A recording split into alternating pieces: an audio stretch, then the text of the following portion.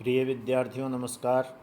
मैं डॉक्टर धनंजय कुमार सिंह, सह आचार्य संस्कृत, बाबू शोभाराम राजकीय कला महाविद्यालय अलवर, राजस्थान। आज हम लोग बीए पार्ट फर्स्ट के सेकेंड पेपर के पाठ्यक्रम में निर्धारित किरातार्जुनीयम प्रथम सर्ग के अंतर्गत कवि की भाषा शैली एवं काव्य शैली से संबंधित एक प्रश्न का समाधान ढूंढेंगे। किरातार्जुनीयम महाकाव्य महाकवि भारवी द्वारा रचित है। इस महाकाव्य में 18 सर्ग हैं। हमारे पाठ्यक्रम में केवल प्रथम सर्ग ही पढ़ना है। महाकवि भारवी राजनीति के अच्छे ज्ञाता थे। उन्होंने राजनीति के विषयों को लक्ष्य करके महाभारत से विषय वस्तु को प्राप्त कर उन्होंने अर्जुन को नायक मानते हुए इस काव्य की रचना की है। इस काव्य में उन्होंने अपने ज्ञान का सर्वत्र प्रदर्शन किया है, दिग्दर्शन कराया है। उन्होंने राजनीति के गूढ़ तत्वों का बड़े ही सूक्ष्म एवं सरल शब्दों में, भावपूर्ण शब्दों में व्याख्या की है। उनके भाषा में अर्थ का गौरव है, सुस्पष्टता है। इसलिए उनके लिए एक संस्कृत जगत में सूक्ति प्रसिद्ध हो चली है, भारवे अर्थ गौरवम। और यह सूक्ति समीक्षार्थ परीक्षाओं में पूछी जाती है। तो भारवे अर्थ गौरवम इस सूक्ति की समीक्षा, जब ये प्रश्न आए हमारे परीक्षा में, तो हम कैसे इसका समाधान प्रस्तुत करें, उस पर ही मैं आपको समाधान रूप में ही इस विषय को प्रस्तुत करने का प्रयास करूंगा। महाकवि भारवी संस्कृत काव्य जगत के वह दैदीप्यमान नक्षत्र हैं जिन्होंने किरातार्जुनीयम काव्य की रचना कर काव्य पंडितों को अपनी प्रतिभा एवं विलक्षणता से आश्चर्यचकित कर दिया।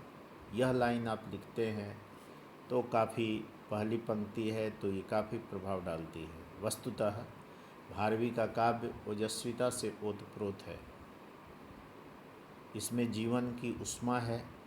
भारवी राजनीति में निष्णात थे और अनेक शास्त्रों के मर्मज्ञ थे। इनका काव्य पुरुषार्थ का काव्य है, ओजस्विता का काव्य है, जीवंतता का काव्य है। आगे भारवी के बारे में थोड़ा और हमें विस्तृत करके बताना पड़ेगा कि भारवी के काव्य में मात्र सौंदर्य, उदात्तता, मधुरता या अभिमंजना नहीं है, बल्कि पंडित सुलभ, विद्वत सुलभ तार्किकता, अर्थवत्ता, अर्थगरिमा, बौद्धिकता तथा कलात्मकता का सुंदर समन्वय भी है। भारवी ने अपने काव्य में शब्द शक्ति को नया आयाम दिया है, नया विस्तार दिया है। भारवी के काव्य अभिधापरक न होकर लक्षणा और व्यंजना के सुंदर प्रयोग और चमत्कार के निर्दर्शक है। अभिधा यानी केवल सीधी सीधी भाषा में बात करना अभिधा है, और लक्षणा और व्यंजना की शैली में बात करने से काव्यत्व का चमत्कार बढ़ जाता है, उसकी शोभा बढ़ती है। वही कारण है कि भारवी की काव्य कला अर्थ गौरव की दृष्टि से अद्वितीय और अनुपम बन गई है, जो उनकी श्रेष्ठता को भी सिद्ध करती है। कवि समुदाय में महाकवि कालिदास और माघ के समकक्ष उन्हें खड़ा भी करती है, जो एक विश्वविख्यात लोकोक्ति के रूप में उन्हें प्रसिद्धि दिला देती है। उपमा कालिदासस्य भारवे अर्थ गौरवम दंडिनः पदलालित्यम माघे सन्ति त्रयो गुणा। यह श्लोक रूप में कई कवियों की विशेषताओं का वर्णन इसमें किया गया है। कालिदास उपमा के क्षेत्र में प्रसिद्ध हैं, तो भारवी अर्थ गौरव के लिए प्रसिद्ध हैं। अर्थ के गौरव में, अर्थ की गुरुता में उनका सानी कोई नहीं है। और दंडी पद का लालित्य उनके काव्य में देखने को मिलता है। और महाकवि माघ में ये तीनों चीज़ का समन्वित दर्शन होता है। तो माघ को और भी आगे बता दिया गया है इस श्लोक के माध्यम से। महाकवि भारवी शब्द अर्थ के संतुलित प्रयोग के पक्षपाती थे। वह स्वयं स्वीकारते थे कि सभी व्यक्तियों को अच्छा लगने वाला काव्य लिखना अत्यंत दुर्लभ है। लिखा भी है उन्होंने, सुदुर्लभा सर्व मनोरमा गिरह। फिर भी वह यह मानते थे कि विद्वान सदैव गुणग्राही होते हैं। गुण गृह्या वचने विपश्चितः। किरातार्जुनीयम के द्वितीय अध्याय के 5वें श्लोक में इसका वर्णन प्राप्त होता है। भारवी के काव्य की सर्वसामान्य विशेषता है उनका अर्थ गौरव। अर्थ गौरव का तात्पर्य है भाव गांभीर्य, अर्थात भाव की गरिमा से परिपूर्ण काव्य, भाव की गुरुता से परिपूर्ण काव्य। शब्दार्थों काव्यम के इस लक्षण के अनुसार शब्द और अर्थ काव्य के उपादान जा रहे हैं, परंतु शब्दार्थ का ऐसा संतुलित प्रयोग जैसा कि भारवी ने किया है, वह कम शब्दों में अधिक से अधिक उत्तम भावों की अभिव्यक्ति कर सकने में समर्थ हुए हैं। निरर्थक चमत्कार के प्रयास न हो, सरलता सहजता हो। स्वयं भारवी ने अपने काव्य में अर्थ गांभीर्य का अर्थ लिखा है। अर्थ एवं भाव की स्फुट अभिव्यक्ति ही वाक् कौशल होता है। उन्हीं के शब्दों में उन्होंने क्या कहा, स्फुटता न पदैयपाकृता न च स्वीकृतम अर्थ गौरवम रचिता पृथगर्थता गिराम न च सामर्थ्यम अपोहितम क्वचित। अर्थात अर्थ गौरव के लिए पदों में स्पष्टता हो, जो स्पष्ट रूप से पृथक रूप से अर्थाभिव्यक्ति में सक्षम हो। भारवी यह भी स्वीकार करते हैं कि प्रसन्न गंभीर अर्थ वाली ऐसी वाणी सौभाग्यशाली पुण्यवान ही प्रयोग कर पाते हैं। प्रवर्तते नाकृत पुण्य कर्मणा प्रसन्न गंभीर पदा सरस्वती। यानी जब सरस्वती की कृपा होती है तब पुण्य कर्मों के फल से ऐसे गंभीर पद और अर्थ के गंभीरता से युक्त पद की प्राप्ति व्यक्ति और मनुष्य को होती है। किरातार्जुनीयम के 14वें अध्याय के 3 श्लोक में इस बात की अभिव्यक्ति उन्होंने की है।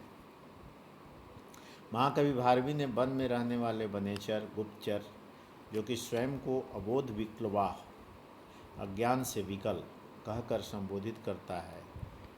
दूसरा, निसर्ग दुर्बोधम अबोध विक्लवा। किरातार्जुनीयम के प्रथम सर्ग के ही 6ठे श्लोक में इस बात की अभिव्यक्ति हुई है कि मुख से सौष्ठव औदार्य विशेष शालिनी वाचम का प्रयोग करवाते हैं।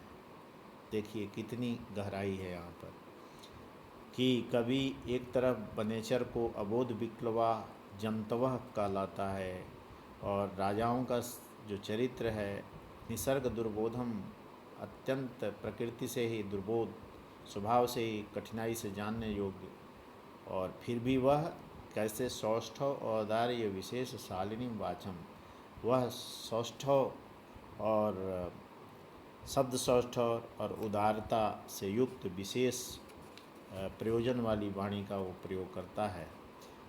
द्विषा विघाताय विधातु मिक्षतो रहस्य अनुगामधिगम्य भूभृतः स सौष्ठव औदार्य विशेष शालिनी विनिश्चितार्थम इति वाचम आददे। यहाँ ध्यातव्य है विनिश्चितार्थम इति, निश्चित अर्थ वाली, बेतु की बात नहीं करता, निश्चित अर्थ से युक्त और रहस्य एकांत में, और राजा को सारी बात जो उसको जानने के लिए नियुक्त किया था वो सब जानकर राजा के पास आकर और विशेष प्रयोजन वाली निश्चित अर्थ वाली बात को राजा युधिष्ठिर से उस द्वैत वन में बतलाता है, और दुर्योधन के सारे शासन प्रबंध का वर्णन यथोचित शब्दों में करता है। इसी प्रकार सर्वत्र कहीं अर्थांतरन्यास अलंकार, कहीं विरोधाभास अलंकार, कहीं रूपक अलंकार, कहीं उपमा अलंकारों के सफल प्रयोग करके शब्दों और अर्थों के मध्य सुंदर सामंजस्य स्थापित करने का उन्होंने